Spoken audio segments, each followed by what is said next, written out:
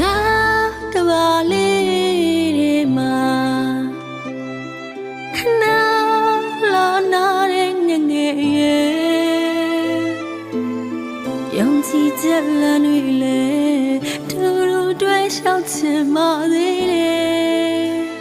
အခုတော့ဟဲ့ဝန်နေစွာလမ်းခွဲမရစီကွယ်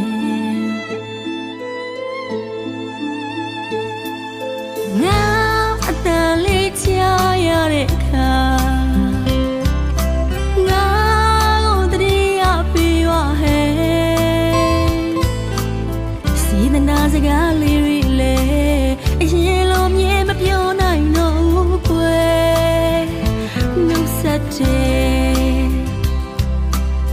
ဒုနီယောက်တကယ်ချစ်ခဲ့ကြတာပဲ